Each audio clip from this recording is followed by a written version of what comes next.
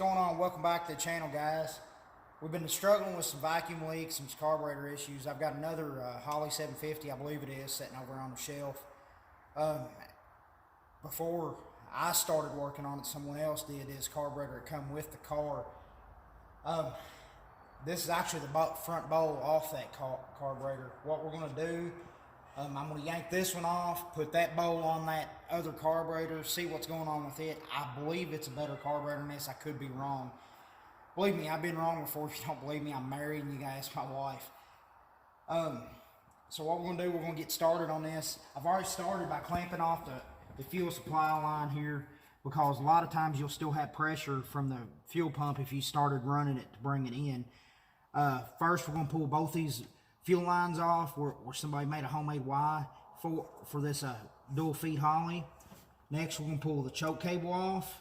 I've already pulled the throttle cable off over there. Then you'll have four bolts, one in each corner, and we're going to pull them off as well. And also, don't forget your vacuum lines that's hooked into the carburetor. And that should get us off there.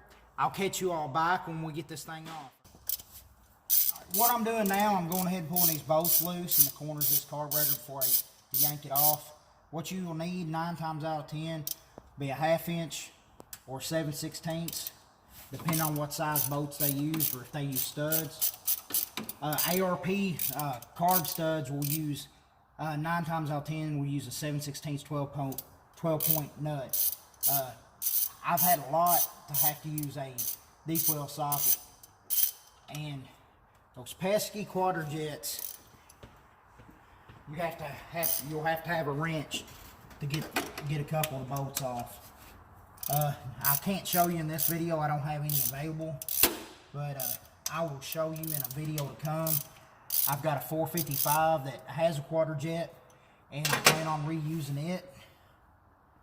I'm going to be taking two and making one. I have two 1972 Buick 455s that I'm going to build one as just a stocker to throw in here, and there's going to be another one that's going to be a little bit more happy.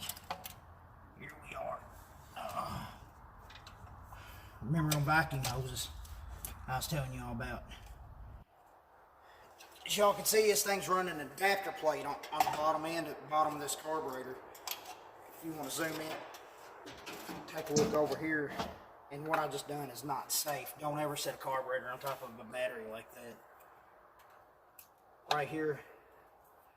And if y'all notice something I have is that little deal going on there. Then you have, not even want to pull it. This plate here is a quadrant jet. They call them a quadrant jet adapter plate. What it is, it goes from a spread bore carburetor to a square bore carburetor.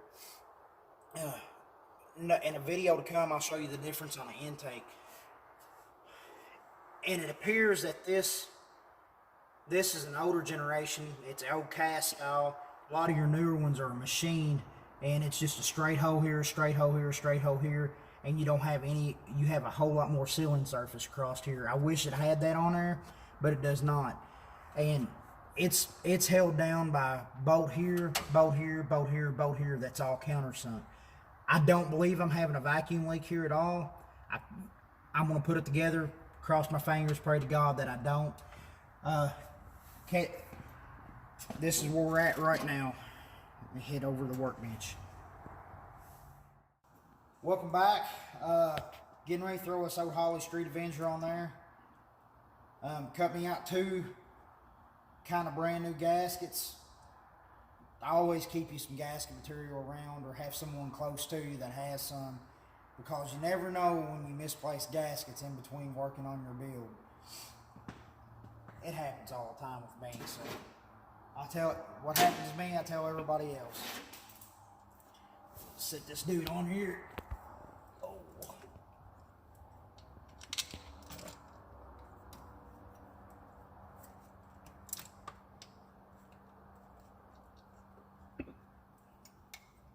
A good rule of thumb, I didn't have any in this toolbox here because a lot of my stuff that I don't use all the time still at my toolbox at my house. If you if you like to shoot guns like I do, try to save some of your old casings. They make great stamps to punch out holes in gasket material for your bolts to stick through, instead of having to cut a square hole and pray you got it right. Because right now I'm struggling, and this carburetor here didn't have studs and an intake for it.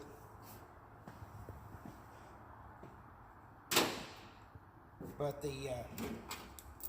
the old brass housings from like your 9mm 45 and so forth and so on makes great stamps to punch out holes in this. Light tap with a hammer, your hole's already made, and you're not fighting and trying to get your bolts through where you think you got them where they're supposed to be.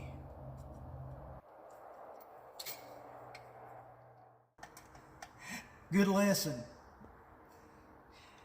Always make sure the stuff to hook your throttle back up is on the new carburetor. Sometimes you forget things. Went to go hit the throttle in the car and it went all the way to the floor. Get ready to try to fire this old dude up. No fuel in the carb. Going to take a few rotations. I hope it runs. And not sound like hammered dog crap, but you know, I did say I got 455.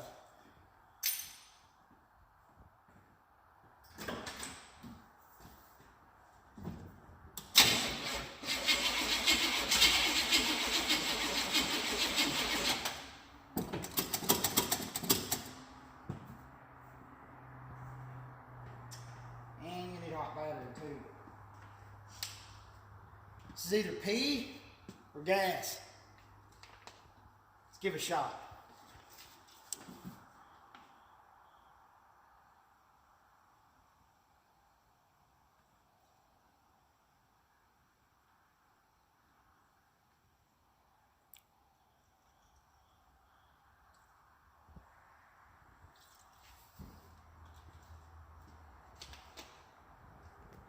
Smells like gas.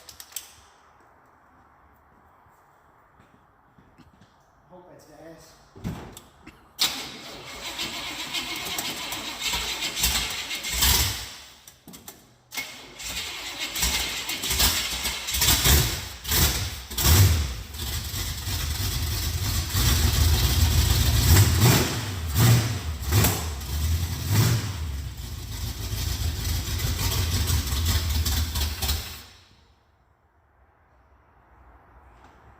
I'll have to get the idle set.